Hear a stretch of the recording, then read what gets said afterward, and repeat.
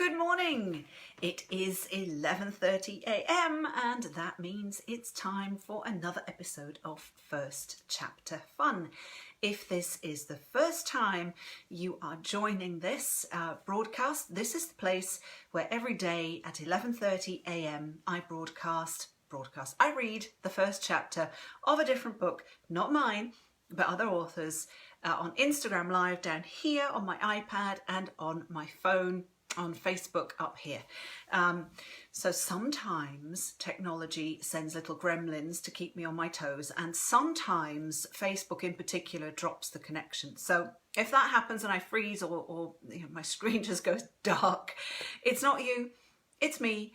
And what I will do is continue broadcasting on the platform that allows me to and go back to the one that booted me out. So if I just freeze and you lose the connection, it's not you, it's me, and I'll be back. I sound like Terminator now, don't I? In any case, I'm so pleased. It's Monday. I woke up this morning. I had no idea what day of the week it was. I couldn't remember.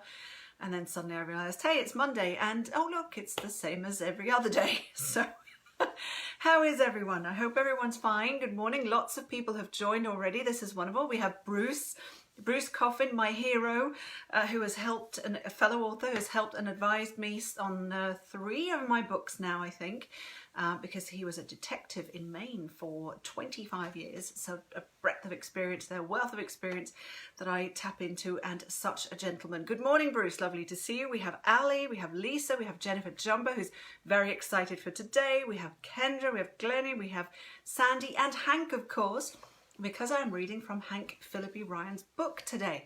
Very excited. Such a treat. We have Anita. Hi, Hank. She just said, hi, girl. And here up on Facebook, we have Carmen and Jennifer, Nancy and Maria and Carla and Glennie. And so we have tons of people. This is wonderful. Tons and tons of people have already joined. Okay, so as I mentioned, if this is the first time you've joined First Chapter Fun, I've saved all of these videos to Instagram and to Facebook, so you can go back and watch 41 episodes, because this is episode 42, would you believe? And it continues all the way up to May 8th, and then after that there are some plans, but I'm not going to tell you about those. I am now going to tell you about the book I'm reading. So this is The Murder List, such a gorgeous cover by Hank Phillippi Ryan, who is watching both on Facebook and on Instagram. So as always, you can leave questions and comments for Hank. Ask her about The Murder List, or once I've asked her, once I have read her bio, maybe you'll have I'm sure you'll have lots of other questions. But this is the book that is out now, available now. And let me give you some details about Hank. Are you sitting comfortably? Let me tell you about the incomparable Hank Phillippi Ryan. She is an on-air investigative reporter for Boston's WHDH-TV, winning. Okay. She has won. I can't just read this. I have to. She has won a few Emmys. You want to know how many Emmys? 36. That's right. 36 Emmys. 36. That's insane. Congratulations, Hank.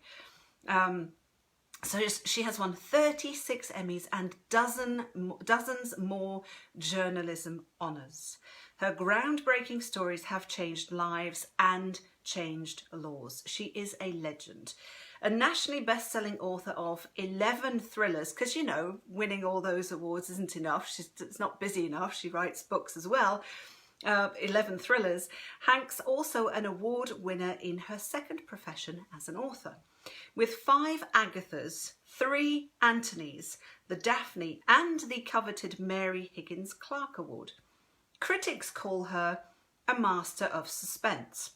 I like to call her literary royalty. I think that's pretty fair. And Hank's newest book is The Murder List, and that one too now is an Agatha and a Mary Higgins Clark Award nominee. Congratulations, Hank. That's just insane. Such an inspiration you are to me, as you well know. The Library Journal's starred review of The Murder List says, masterly plotted with a twisted ending, a riveting character-driven story. Or, as one reviewer put it, If John Grisham and Lisa Scottoline had a book baby, the murder list would be it. And you can find out tons more about Hank on her website, hankphillippiryan.com. And I'm going to show you that gorgeous cover again. I did wonder, Hank, is this you? I did wonder. Yeah, pop that in. There's a question for you. Is that you on the cover? It's such a gorgeous cover. It's brilliant. And this is out now. Not only is it out now, but a little bird told me that there will be a Bookbub deal tomorrow. But it might already be on sale. The price might have already dropped. If you go and have a look where you normally get your books online, it might already be on sale. But it will be a Bookbub tomorrow. If you're not familiar with Bookbub, it gives you alerts on books that you can subscribe to for books that are on sale across all of the different platforms. So go check that out as well. All right, so let me read you the cover copy. Oh, I've got tons of comments. Wow, lots of comments. We have lots of people saying, wow, and yes, quite. Yes, indeed. Oh, Hank says, oh, right, it's me in a parallel universe. I don't know. Honestly, I don't know what everybody else thinks, but that could definitely be you. So I did wonder. All right, so let me read you the back cover copy of the murder list. Law student Rachel North will tell you, without hesitation, what she knows to be true. She's smart. She's a hard worker, she does the right thing, and she's determined to be successful in her second career as a lawyer. She's certain this will happen because she's married to Jack Kirkland, her faithful and devoted husband. Jack's brilliant, powerful, and the most successful defence attorney in Boston. Problem is, Rachel has a summer internship with her husband's nemesis, District Attorney Martha Gardiner. Gardiner's brilliant, powerful, and the most successful prosecutor in town. When a cold case murder from Rachel's past comes back to haunt her, Rachel, Jack, and Martha will have to decide what they want and how far they'll go to get it, and who is next on the murder list. In this cat and mouse game, the battle for justice becomes a battle for survival. But which character is the cat? And which character is the mouse? I'm going to show you that again, the murder list. So check out the Bookbub tomorrow. There we go, gorgeous cover. And Hank just popped a lovely link up on Facebook in the comments for Amazon for $1.99. You can't go wrong, can you? And I should also say that Hank has a new book coming out called The First to Lie, which I'm reading right now, because I have an advance copy, because I feel really special and honoured, and it's brilliant. So, but this is the one I'm reading from now, The Murder List. And I will now read you chapter 1. So this is The Murder List by Hank Phillippi Ryan, chapter 1. Now, we never fight. Not in the past 6 years, as long as we've been married. Not even in the months before that. It isn't that Jack is always right or I'm always right.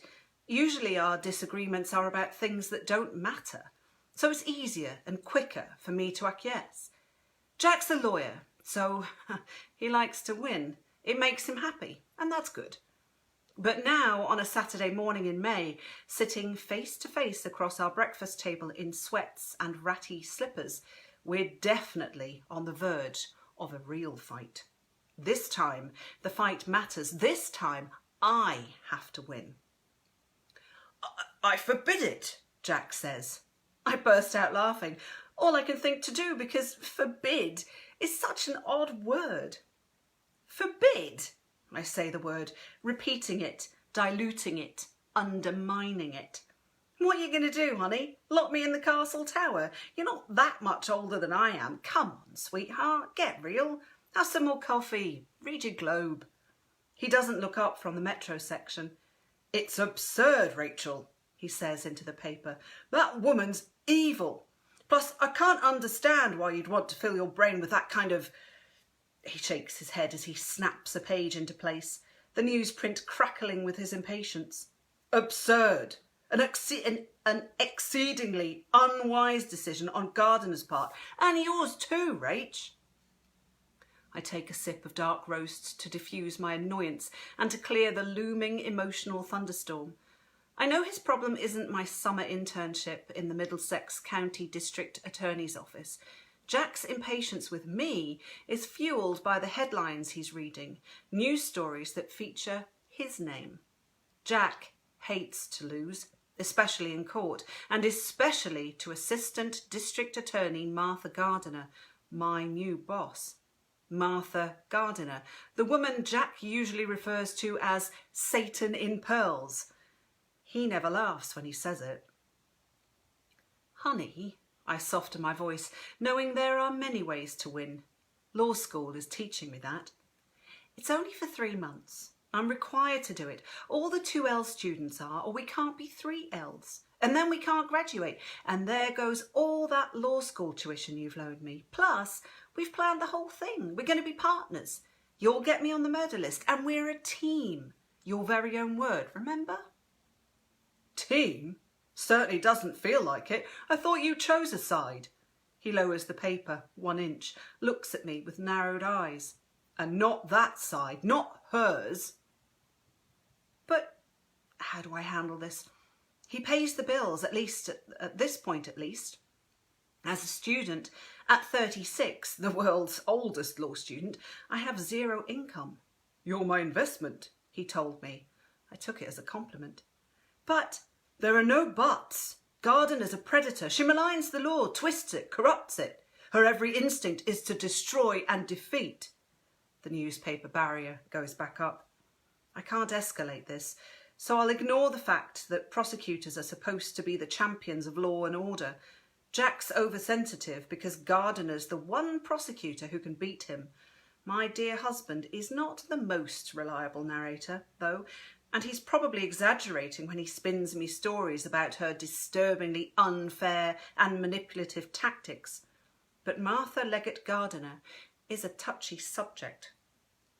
Jack's frown, hidden by newsprint again, chilled me. I've seen that same expression in the courtroom, and it's never a good sign for the witness he's about to interrogate. But I'm not a witness. I'm his wife. I know you're upset. I decide on instant capitulation and a subject pivot. But even you have to lose a case once in a while, especially since your client, did it. That shouldn't matter. Or are your profs holding back that tidbit until your 3rd year? Jack flaps the newspaper to a new page, hiding the Dawn Did It headline I know is there. That jury of morons wanted someone to be punished, and Gardiner had the judge in her pocket. I know, it stinks. I know it does. This morning hadn't been the optimum time to spring the Gardiner situation on him, but it's the only time. Harvard had emailed the final 2L internship assignments to us late last night, and our jobs start this coming Wednesday. I could hardly hide reality, and besides, I'm excited. Nervous, but excited. Still, life's a juggle when your husband is cranky. Jack's old plaid Saturday shirt is buttoned wrong, his hair like wind-blown straw. He's bitter over every courtroom loss, so we've ridden out a few iterations of this before. The second newspaper headline reads, "Jury to Jack Kirkland, drop dead." I'd almost hidden the paper from him, a gesture in affectionate futility. But it was a murder list case, I say. Maybe I can provide some comfort or some logic. Marcus Dawn was lucky to have the state appoint you as his attorney. You can't help it if your key witness decided to vanish. Plan the appeal, honey, you'll win. You're the best defence lawyer in Boston or anywhere. Appeals take years. Jack stands, tosses the paper to the floor, paces to the window. Our tiny garden's perennials are flourishing in this spring's incessant rain, but I figure he's not thinking about peonies or pink thyme. He's replaying that verdict. He truly cares about justice, defending his clients, even the ones he knows are guilty. It's one of the reasons I married him, and he almost always wins. Another reason. Martha Gardiner's doing this to screw with me, Jack says, turning back to me. Like she tries to every damn day in court. She's using you, Rachel. Are you too naive to see that? This is about me. Can you possibly have some misguided notion that this is about you? I take a deep breath. I'll only be working with her for the summer, and then I'll be back with you against her. She can't win against both of us. No answer. Okay then. In the silent tension, I'll tell him my plan, the truth. Honey, I'm doing this for us. It's the perfect strategy. I'll work with her. I'll learn her methods and techniques. It's like opposition research, scoping out the competition from the inside. The more I understand her prosecution, the more I can structure our defence. See? It's brilliant. No answer. It's risky. I know that. Such is life. I sip my coffee, pretend to read the Times on my iPad, and let him sulk. Secretly, I feel fine that Marcus Simmons Dawn is behind bars forever. He'd been charged with the gruesome murder of a perfectly lovely couple after breaking into their high-priced and supposedly high-security suburban condominium called the Westmoreland. He stole their jewellery and a manila envelope of cash, then slit their throats. Turned out Dawn himself was the security guard. So much for security. And Jack, swearing me to marital secrecy, had shown me the graphic crime scene photos, Manson-esque scrawls in the victim's own blood, which he'd managed to keep away from the jury. Jack had been proud he'd convinced the judge to suppress them. I love how he values the rule of law, even when he knows his successful defence might result in a murderer walking free. In the Dawn case, though, suppressing these photos was Jack's only victory. The jury voted guilty, but Jack doesn't lose often.